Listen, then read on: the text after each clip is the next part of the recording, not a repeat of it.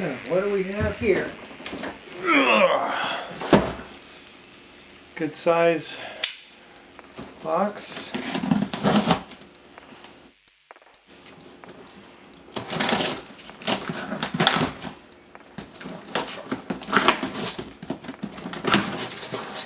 Straight from eBay. What we have here are 6 Amiga 500 power supplies. Judging by the weight, they are going to be linear power supplies. And I'm in America, and we seem to have European plugs on here.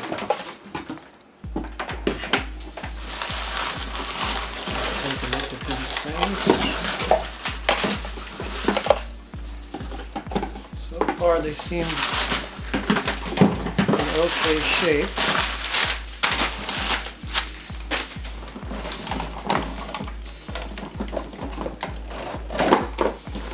Lord knows how they wound up on this side of the pond anyway. What's this? This is a newer A600 power supply. It probably weighs less than half of these other ones. Oh, and another one. Actually, this one's empty.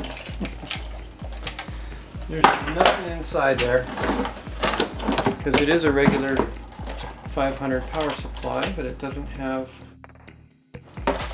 any weight to it. I could be wrong. This one definitely feels empty. This one, let's see, 312503, 312503-02. Oh, 312503-03. I'm going to take these two lighter ones. The first one sure looked like it was empty. Felt like it was empty. This is an 02 and it feels super light, but I think there's something in there that 312503. That one feels empty too. It's interesting.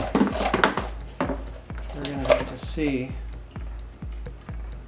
312503. Wow, this one looks completely different, doesn't it?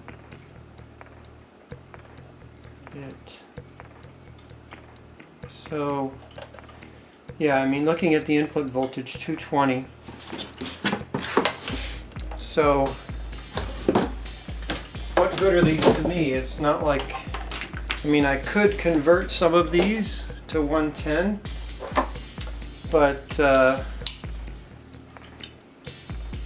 I don't have to, because a common modification people do to these is to put a alternate switch mode power supply into these.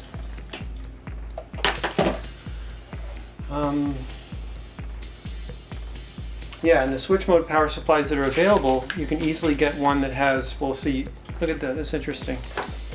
One of them's Euro, one of them's UK. We got a variety of them.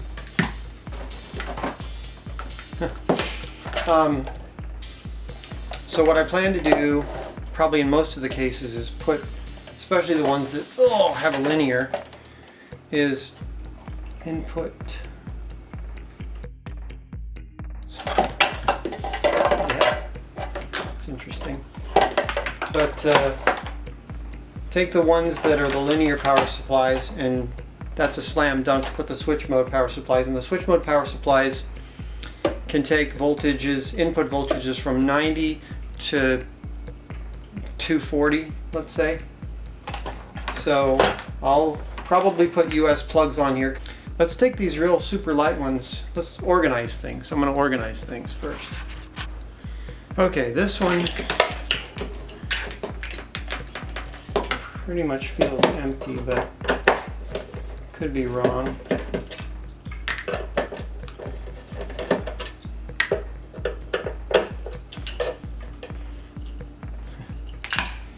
one's in bad shape.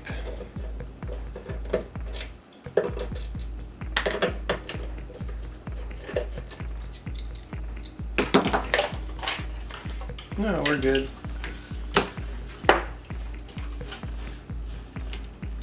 Optocoupler. Yeah, it's a... Wait, no, that's the chip. Where is the optocoupler?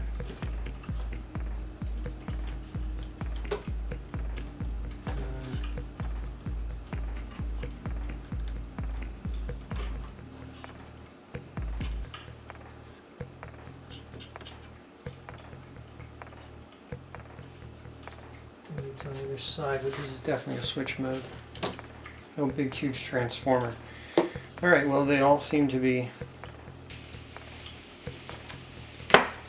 And this is the lightest one, so I'm sure the other ones have it. So here we have two UK linears, a Euro linear,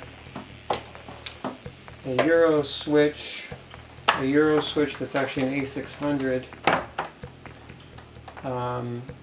and 3 UK switch. So we really only have 3 linear. Okay, so now decision time as far as what I'm going to do. I'm thinking I want to keep the A600 one just the way it is. It's in super good shape. I could just get a converter and test it. Seems a shame to change a switch mode. I'll definitely change the 3 linears over. Some of them I'm going to leave alone, such as this A600 power supply, which is in pretty good shape. It's already a switch mode power supply. It has the original Euro cord. So what I'm going to do is make sure and see if it works. And for that, I bought this transformer. Oh, it's heavy. I didn't buy the cheapest one, and I also didn't buy the most expensive. This one is a 300 watt, available on Amazon. And we can see, it's got a funny smell, plasticky smell. We can see that we have, yeah, is that right? That's like a UK plug there. I've never used one of these and I don't have a lot of experience with. Oh, I see. Alright, so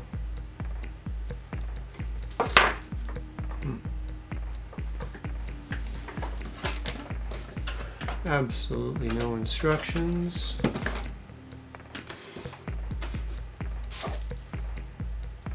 Came with this, but I think this is just another way to... Yeah, looks like it fits in there. Crown's got to go there. There's nothing on either side, right? Nope. Looks like input voltage selector. Right now it's on 220. Well, that's not going to work.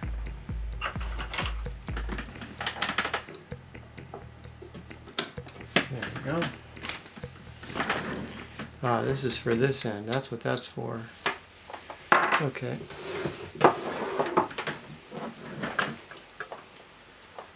Alrighty now.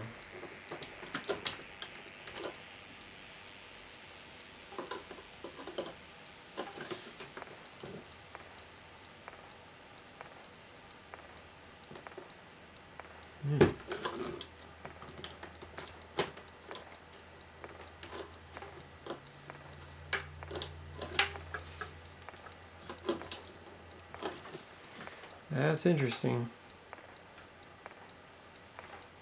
You'd think it would go this way. That seems like it's super tight. Let me grab one of those UK ones.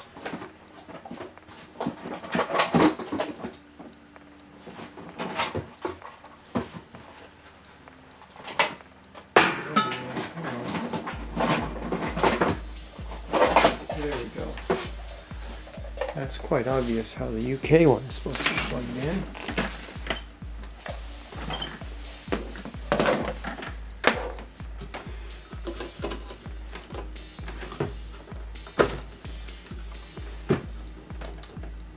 Wow.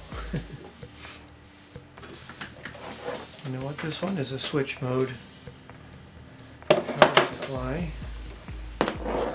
Should try to get a pen out and see if. Yeah. Alright, so I suppose the safest thing to do would be to test all of these with a voltmeter. So I'm going to go grab my voltmeter.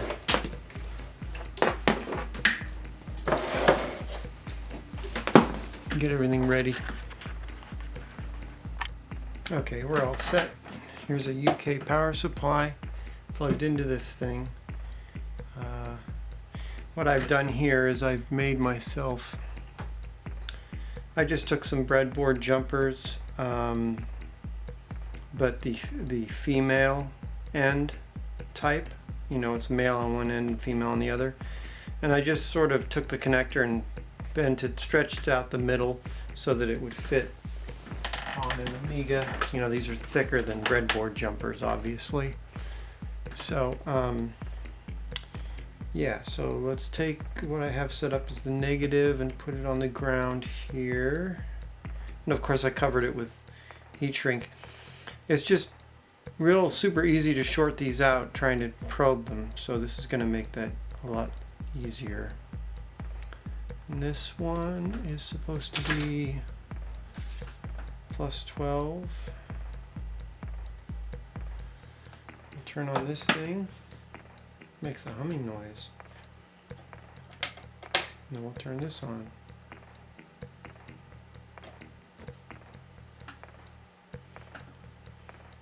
It's making like a beeping noise. I got 13 volts.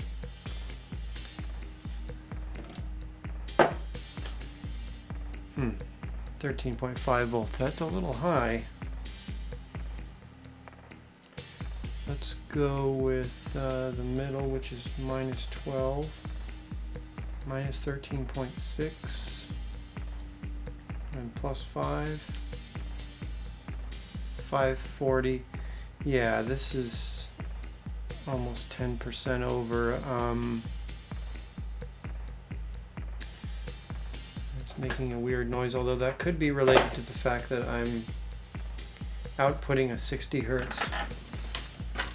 We'll have to see. But anyway, I'm going to go ahead and write bad on here.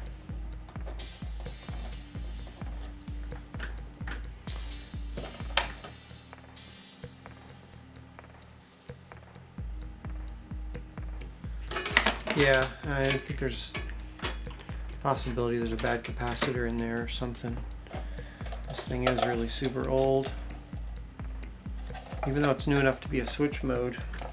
It's interesting though. Okay. That was a UK A500 switch mode power supply. Let's try a Euro A600. Yeah, now that I've put the first one in, it works a lot better. Trying to fit the power connector into this thing. I guess it stretched it out a little bit. Hopefully not too much. Okay. Turn it off. Let's pray there's no magic smoke that everybody talks about. Okay, plus 12.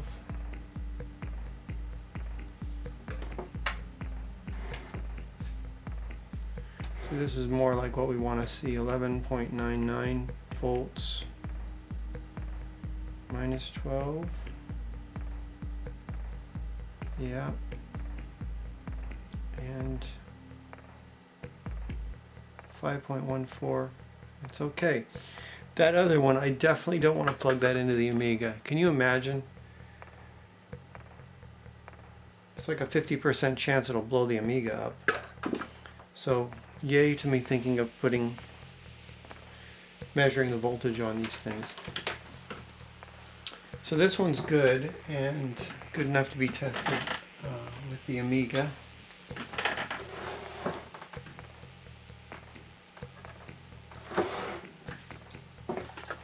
Right, good on here. And we'll just do it for all the remaining power supplies and we'll see what we get.